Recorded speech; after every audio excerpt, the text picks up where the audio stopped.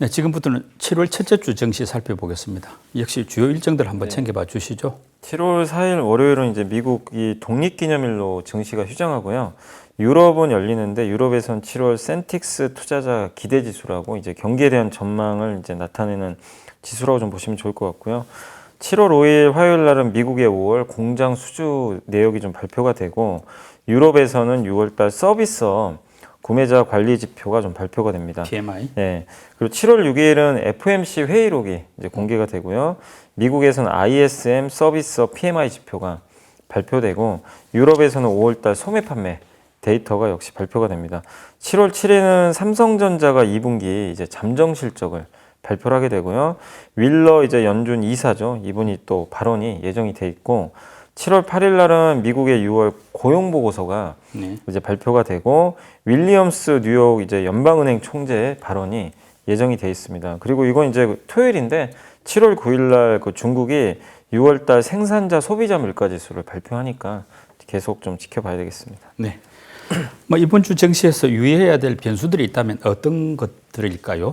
일단 가장 좀 중요한 게 우리 한국에서는 역시 그 삼성전자 실적 발표가 있으니까 물론 뭐 실적 추정치가 좀 낮아져 가지고 기대감은 높지 않지만 일단 2분기 잠정 실적을 좀 통해서 또 미래를 좀 예측할 수 있기 때문에 2분기 실적 발표 한번 주목하시면 좀 좋을 것 같고 역시 이제 금요일 날 미국의 고용 지표가 이제 발표가 되는데 고용이 또 이게 너무 좋게 나와버리면 긴축도 가속 페달을 밟아도 연준 의원들이 뭐 거기에 대한 부담을 안 느낄 수가 있기 때문에 일단 미국의 고용 데이터가 어떻게 나오는지 한번 체크를 계속 해보시면 좋을 것 같고 그 다음에 역시 뭐 이제 토요일 날인데 이게 사실은 좀 저는 제일 중요하다고 좀 보고 있어요. 중국의 물가 지표. 이게 왜냐하면 소비자보다는 이제 생산자 물가 지표가 더 중요하거든요.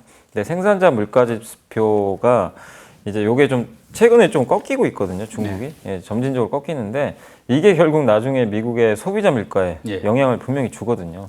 한 몇 개월 선행을 하기 때문에 이 생산자 물가 지수가 이번에도 좀 둔화되는 것만 나와준다면 좀 괜찮을 것 같고 실제 중국의 그 제조 PMI 지표 중에서 이 생산자 물가 지표에 이제 선행하는 이 데이터가 좀 최근에 약간씩 좀 꺾이고 있다고 하거든요. 거기 이제 들어가 있는 그 구매자 이제 물가 지표가 약간씩 좀 꺾이고 있다고 하더라고요.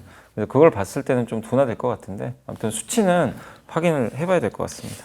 지금 글로벌 증시에서 제일 큰 문제가 지금 물가인데 또 물가를 또 부담을 주는 요인으로서는 첫 번째가 석유지 않습니까? 원유 가격인데 지금 G7 정상회의에서 러시아산 석유의 이제 상한가를 설정한다 이런 결정이 나왔더라고요. 그러면 이게 어떤 국제 유가 상승을 저지하는 효과가 좀 있을까요? 이게 만약에 이제 많은 나라들이 여기에 참여하면 효과는 분명히 있을 거는 같아요. 왜냐하면 이제 이 러시아산 원유를 구매할 때 예를 들면 이제 러시아산 원유 구매할 때 뭐 상한가를 정해버리는 거죠. 80달러 이상은 안 된다. 이걸 정했는데 만약에 그 이상으로 어떤 회사가 나라가 구매를 했다. 그럼 거기에 이제 페널티를 부과하는 거죠. 예를 들면 이제 선박 보험을 발급하지 못한다거나 운송 보험을 발급하지 못하면 운행을 하지 말란 얘기잖아요, 사실은.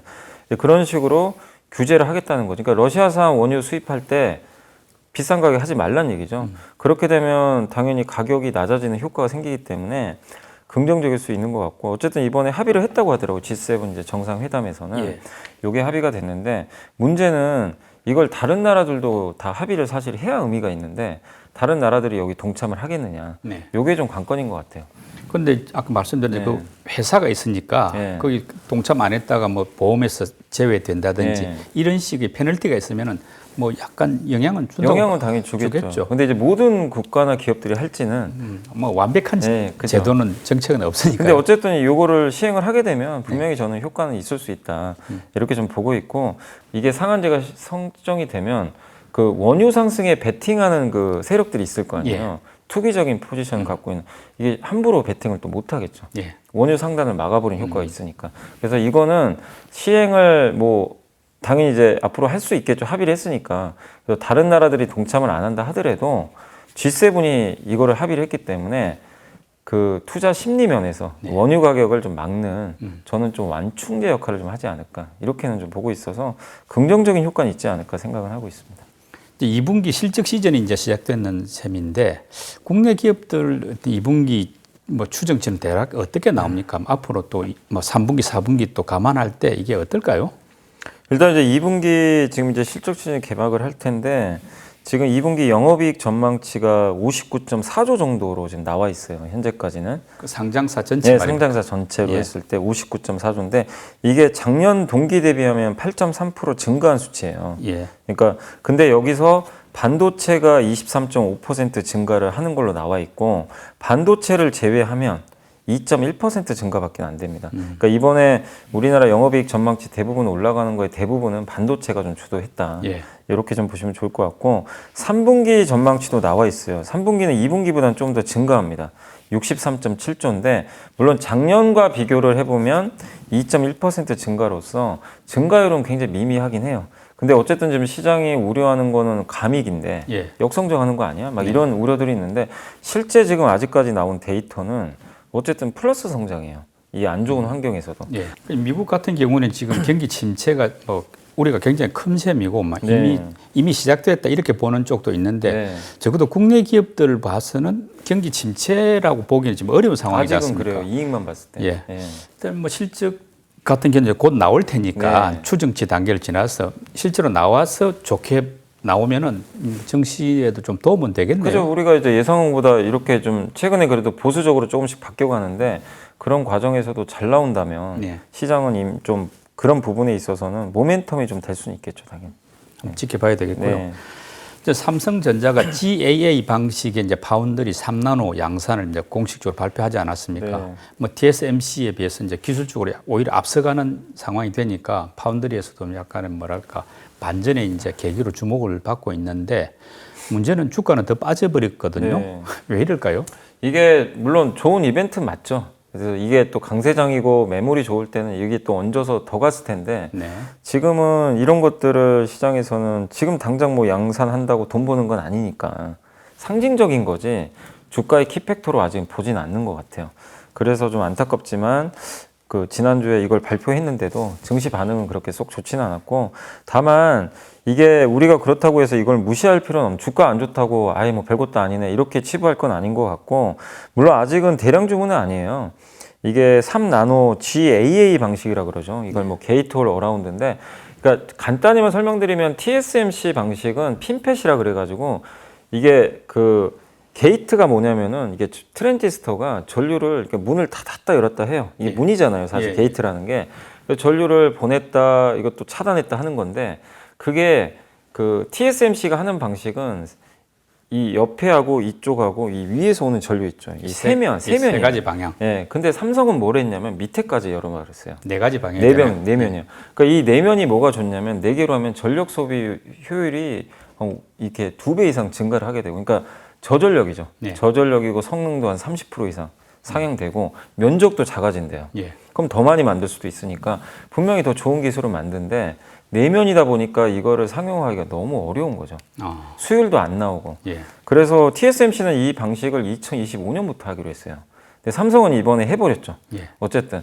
근데 이제 시장에서 걱정하는 건 양산 제대로 할 수 있나? 아직은 의심을 해요. 근데 어쨌든 이제 이걸 통해서 점점 고객사가 만약에 늘어난다면 경험이 쌓이고 수율이 올라가겠죠. 그래서 본격적인 수율 향상은 내년부터로 보는 것 같아요.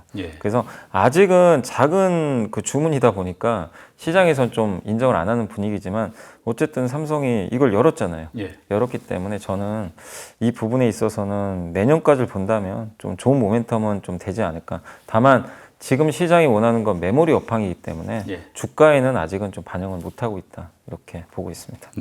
뭐 삼성전자도 그렇고 SK 하이닉스도 그렇고 반도체 주가들 늘 안 좋은데 어떤 상황이 돼야 이렇게 좀 회복할까 이런 이제 뭐 고민 내지는 뭐 이런 기대들이 있지 않습니까? 근데 보면 이제 현재 이렇게 정부하고 국회에서 그 세액 공제율을 6%에서 30%로 올리는 이런 이제 뭐 법안을 좀 논의 중이다 하는데 이게 만약에 이제 현실화되고 통과가 되면은 뭐 좀 상승 모멘텀이 될 수 있을까요? 네, 일단 이거 자체는 되게 좋은 거죠. 왜냐하면 이제 세액공제 비율을 거의 지금보다 5배나 올려주는 거거든요. 그런 셈이죠. 그럼 투자 유인이 생기는 거기 때문에 좋고 또 그 밑에 생태계가 있잖아요. 소부장 기업들. 또 한국 반도체 산업이 더 커지려면 사실 우리나라 반도체는 외산 장비에 의존을 굉장히 많이 하잖아요. 뭐 미국의 뭐 어플라이드 머티리얼즈라든가 램 리서치 이런 장비를 안 쓸 수가 없어요. 뭐 ASML 장비도 맞습니다. 쓰고 예, 써야 되는데 물론 그걸 완벽히 대체 못하지만 한국 삼성전자나 하이닉스 입장에서도 한국산 비중을 높이는 게 더 좋거든요. 사실은 장기적으로.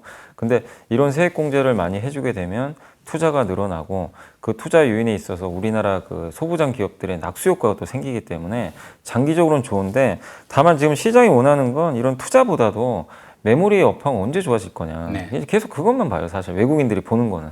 그래서 이거는 장기적으로 분명히 좋은 건 맞습니다. 근데 아직 이게 통과된 것도 아니고 또 국회에서도 이제 양당이 있잖아요. 예. 그래서 아직 또 논의도 해봐야 되기 때문에 좀 당장 이거를 30%까지 세액 공제할 수는 없거든요. 그래서 시간이 좀 걸리다 보니까 주가에 당장 반영은 안 되지만 방향 자체는 맞죠. 예. 분명히 이것도 이제 국정 과제에도 들어가 있었기 때문에 그래서 세액 공제하는 것 자체는 긍정적이지만 당장 주가에 큰 영향을 좀 주지는 못하고 있다.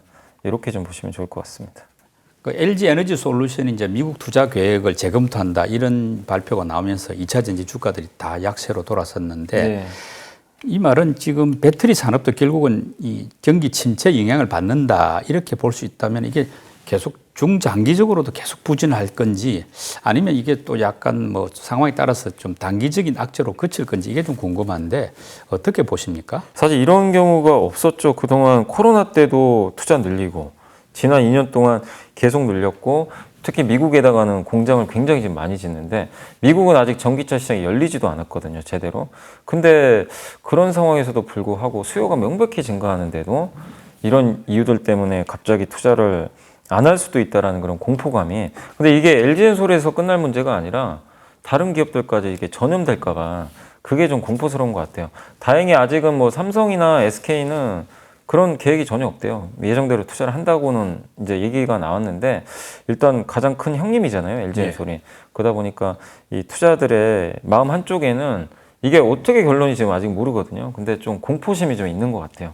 또 워낙 고성장하는 고밸류를 봤던 기업인데 이게 이제 매출 성장 꺾이는 거 아니야? 그리고 기업들도 돈을 벌어야 되는데 이렇게 그냥 투자만 해가지고 돈을 못 버니까 속도적으로 하겠다. 이런 분위기들이 좀 감지가 되면서 시장에 좀 영향을 주고 있는데 다만 이게 현실화 될지 안 될지는 아직은 좀 두고 보셔야 돼요. 왜냐하면 LG에너지솔루션이 이번에 그 투자 재검토하는 그쪽이 루시드하고 리콜라 같은 신생 회사들 있잖아요.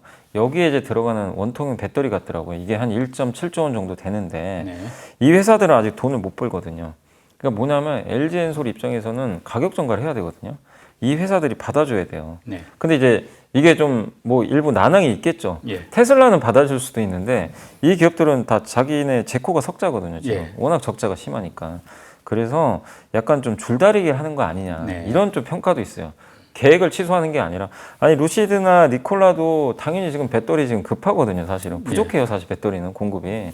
근데 LG라는 그 좋은 또 공급처를 또 이걸 확보를 해야 되는데 그렇다고 또 너무 싸게만 할 수도 없고 비용은 올라가고 그래서 이거는 좀 기다려 보세요. 그러니까 이게 뭐 어떻게 결론 날지 모르지만 저는 이게 취소된다기보다는 네. 약간의 서로의 좀 줄다리기가 좀 지금 시작된 거 아닌가. 그러니까 표현이 취소가 아니고 네. 재검토더라고요. 재검토예요. 재검토. 예. 그래서 너무 저는 우려할 필요는 없지만 지금은 워낙 조그마한 악재만 나와도 투자자들이 놀래버려요. 네. 진짜로 이제 최악까지 생각을 해버리니까. 그래서 지난주에 정말 2차전지 너무 안 좋았거든요. 그래서 어느 정도 좀 반영은 됐는데 그래서 앞으로 체크하실 건 다른 공장들이거든요. GM이나 뭐 스텔란티스나 이런 대형 회사들랑 같이 합작 공장. 이것들은 지금 정상적으로 한다고는 했는데 근데 이런 것까지 전면 재검토 들어가면 굉장히 좀 심각해질 수는 있거든요. 근데 다행히 그런 쪽은 아니니까 조금 쉬어가는 구간으로 보시고 그리고 2차 전지 양극재 회사들이 너무 많이 오른 것도 사실이죠. 그동안 굉장히 많이 올랐잖아요. 네. 그래서 좀 울고 싶은데 좀 뺨 맞은 격이라고 좀 단기 악재가 좀 나왔다라고 보는 게 맞는 것 같습니다. 네, 이제 지금 7월이니까 하반기가 시작됐는데요. 뭐 하반기 전체적으로 봐서는 뭐 여러 가지 이제 뭐 굴곡은 있겠습니다만은 그래도 좀 기대해 볼 만한 업종이다. 이런 쪽으로 주목해 볼 만한 쪽은 어떤 쪽으로 보십니까? 네, 이건 이제 증권사 데이터 나온 것들 좀 말씀을 드리면 3분기에 이제 실적이 상향되는 업종들이 좀 몇 개 있어요. 그 대표적인 게 이제 그 화장품이나 의류 업종. 이쪽 특히 화장품은 상반기가 워낙 안 좋았거든요. 근데 하반기에 좀 개선될 걸로 보고 의류 쪽도 여전히 좀 좋게 보고 있는 것 같고요. 그 다음에 역시 리오프닝 하면서 해외여행을 못 갔지만 아직은 호텔 레저 쪽이 좀 괜찮을 것 같아요. 하반기 쪽에. 그리고 아까 설명드린 대로 조선하고 에너지가 이쪽도 좀 상당히 하반기 3분기에 특히 좀 이익이 증가할 걸로 좀 보고 있습니다. 특히 조선주는 적자를 계속 많이 보고 있었잖아요. 근데 최근에 수주도 많이 늘어나고 하면서 하반기는 좀 개선될 걸로 일단 보고 있고, 또 태양광 네. 이쪽 친환경 에너지 쪽 네. 이쪽도 하반기 전망치가 상향 조정이 좀 되고 있습니다. 그리고 이제 요거는 그냥 다른 거보다 이제 증권사에서 추정한 네. 연간 영업이익 전망치가 좀 상향되는 기업들만 리스트가 있어서 몇 개만 뽑아온 거고, 네. 거기서는 이제 그 KB금융, 네. 또 삼성 SDI, DB손해보험, SK가스, 그다음에 휴비츠라는 이제 안경, 우리 그 시력 검사할 때 거기 그 가면은 안경 이렇게 검사하잖아요, 시력. 네. 그거 만드는 회사 중에 휴비츠라고 있거든요. 시력 검사. 시력 검사. 그러니까 시력 검사하는 장비 있죠. 우리 예. 눈 딱 대고 아, 그런 안광학 장비라고 그 전자장비 하는. 말씀이죠. 네, 그거 만드는 회사예요. 좀 모르실 수 있을 것 같아요. 네. 이런 기업들이 일단은 그 실적 추정치가 좀 상향 조정됐다라고 보시면 되겠습니다. 방금 하반기에 이제 실적 추정치가 상향되는 업종들, 기업들 말씀하셨는데, 네.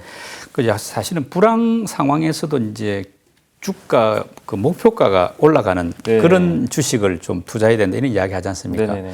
뭐 대표적인 경우 몇 가지 이야기하면 어떤 쪽일까요? 불황수 이번에 그러니까 저도 찾아보니까 목표 주가 올라간 기업들이 좀 꽤 있더라고요. 그래서 그런 것들만 몇 개만 좀 말씀드리면, 아까 제가 삼성 SDI도 말씀드렸잖아요. 삼성 SDI 주가는 안 좋은데 목표 주가 또 올라갔습니다. 예. 이번에 그래도 하반기 실적 기대감이 좀 높아서 그런 것 같고요. 그 다음에 덴티움, 그 임플란트 회사 중에서 요즘에 실적도 좀 좋아지고 그러면서 목표 주가 상향됐고, 태양광 대표 회사죠, 하나솔루션. 네, 여기도 목표 주가가 최근에 많이 상향이 조정이 되고 있고, 그 다음에 중국이나 러시아 리스크 때문에 많이 급락했다 최근에 좀 좋아지는 기업 중에 오리온. 네. 오리온도 최근에 목표 주가가 중국 데이터가 워낙 좋아가지고요 올라갔고, 아까 말씀드린 휴비츠도 예. 목표 주가 올라갔고, 그리고 예전에 한번 제가 보고서 때 한번 소개해드렸던 것 같은데, 태광하고 성강밴드라고 이 피팅 업체, 예. 이 관 이음새죠. 강관 쪽으로. 네, 맞습니다. 예. 이 회사들도 최근에 목표 주가가 좀 상향 조정이 됐습니다. 근데 이 기업들의 이제 공통점은 다 수요들이 좋아요. 예, 이런 불황에도 네. 수요가 증가하면서 확실한 또 경쟁력이 있다 보니까 애널리스트 분들이 좀 목표 주가를 다 올렸다라고 보시면 되겠습니다. 그리고 7월에 이제 퇴직연금 디폴트 옵션 이 제도가 도입이 되는데요. 이게 지금 이제 주식 시장에 요즘에 뭐 돈이 조금 들어오는 게 줄어든다 하는데 네. 이 어떤 자금 증가 효과가 좀 있을까요? 있을 것 같아요. 이제 7월에 이게 도입이 되는데, 우리가 DB형, DC형 이러잖아요. 네. DB형은 이제 기업에서 알아서 운영해주는 퇴직연금이고, DC형은 이제 여러분이 직접 하시는 거죠, 운영을. 근데 이제 DC형 같은 경우는 가입자가 이제 별도의 의사표시를 안 하는 경우도 많아요. 그냥 DC형만 해놓고 네. 방치하는 거죠. 그렇죠. 그러면은 거의 그냥 이게 투자들이 안 되다 보니까 이게 수익률이 그냥 거의 그냥 예금 같은 데만 들어가 있는 거예요. 그래서 지난 5년간 수익률이 연평균 1.85% 정도밖에. 그럼 예금 이익 정도네요. 예, 그러니까 굉장히 좀 수익률이 좀 낮았던 거죠. 물론 이제 손실도 없겠지만 예. 수익률은 좀 낮았는데, 근데 그 요거를 이제 규정을 좀 바꿔서 네. 이제 내가 처음에 이거를 그 요 DC형으로 내가 설정을 했을 때 네. 처음에 설정한 거 그대로 이제 만약에 자산운용사라든가 이런 데서 자동으로 네. 뭐 주식형 펀드라든가 이런 데 투자를 해주는 거죠. 그러면은 지금 이 DC형 자금이 한 100조 원 정도 된대요. 아, 100조 원 정도 자금이 지금 네. 들어가 있는 건데, 이 자금이 모두 다 그런 건 아니지만 이 자금 중에서 어느 정도가 주식형 펀드라든가 약간 위험 자산에 투자할 가능성이 높아지겠죠. 예. 예, 분명히 주식시장의 수급 면에서는, 장기 수급 면에서는 긍정적인 효과가 예상이 되고 있습니다. 그 대략 수급상으로 그 자금 유입 효과가 어느 정도 된다 이거는 그거는 알 알 수 수가 없나요? 없나요? 네, 그러니까 100조 원 중에 그게 어느 정도인지는 정확히 좀 알 수는 없는데, 근데 제가 이제 그때 뉴스 본 거로는 많은 부분들이 그냥 이 디폴트, 그러니까 그냥 의사표시하지 않고 그냥 방치한 경우가 되게 많다고 하더라고요, 생각보다. 예. 그래서 좀 유입 효과는 꽤 크지 않을까라고 생각을 하고 있습니다. 네, 마지막으로 초보 투자자들을 위한 팁 제공 순서 연불리의 보고서 듣는 시간인데요. 오늘은 어떤 내용입니까? 예, 오늘은 이제 현대차증권의 그 강민정 연구원님이 쓰신 자료인데, 이거 반도체인데요. 바이든의 방안을 보셨나요? 요 제목이고 이제 반도체 내에서도 특정 업종을 나타낸 거예요. 그래서 장비 쪽인데 이것도 한번 공부해 보시면 좋을 것 같아요. 2020년 기준으로 반도체 산업에서 MI라고 하는데 이게 MI가 뭐냐면 검사하고 계측. 예. 계측은 이제 측정하는 겁니다. 그러니까 한마디로 검사 장비라고 보시면 좋을 것 같아요.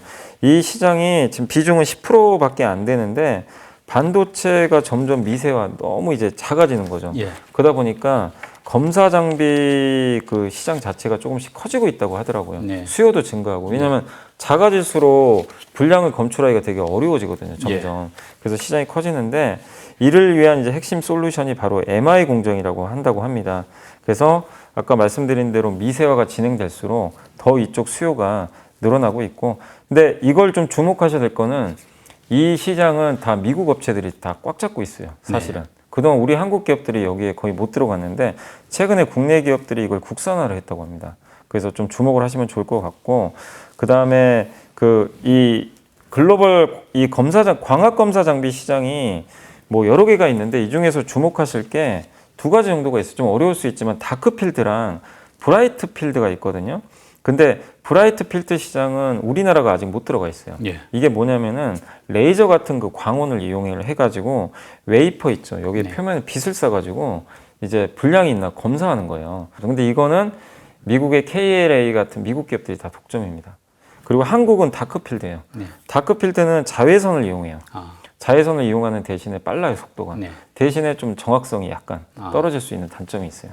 근데 아직 한국은 넥스틴이라는 기업이 요거 다크필드를 하고 있는데 이 기업이 앞으로 브라이트 필드 시장도 진출한다고 하니까 주목을 해보시고, 그리고 한 가지 더 보셔야 될 게 원자 현미경 시장. 네. 이거를 영어로 AFM이라고 하는데 이 시장도 커지대요. 아까 저희가 GAA 네. 그 3나노 그거 한번 했지만 이렇게 3나노나 핀펫이나 이런 이제 미세 공정이 활성화될수록 이 소자 크기를 정확히 우리가 측정을 해야 되는데 옛날에 그 광학 현미경이나 이걸로는 어렵대요. 그래서 원자 단위까지 측정할 수 있는 원자 현미경이 반드시 또 필요하다고 합니다. 점점 이게 크기가 엄청 작아지기 때문에. 네. 그래서 원자 현미경을 만드는 업체에 좀 주목해야 된다. 우리나라에는 파크 시스템즈라는 회사가 있어요. 네. 이 회사가 원자 현미경 세계 2등 업체래요. 네. 그래서 이 시장이 좀 커질 수 있으니까, 그러니까 반도체 시장도 너무 크지만 그 안에서 계측 장비라든가 방금 말씀드린 원자 현미경, 네. 요걸 특화된 기업들 국산화하고 있으니까 한번 공부를 해보시면 좀 좋을 것 같습니다. 네, 힘든 상반기가 끝나고 이제 하반기가 시작됐습니다. 증시에서도 일정한 변화가 예상됩니다. 글로벌 환경 그리고 시장 상황 열심히 공부하셔서 좋은 성과들 거두시길 바랍니다. 인벌리의 비밀노트 오늘 순서 마칩니다. 임 이사님 수고하셨습니다. 네, 감사합니다.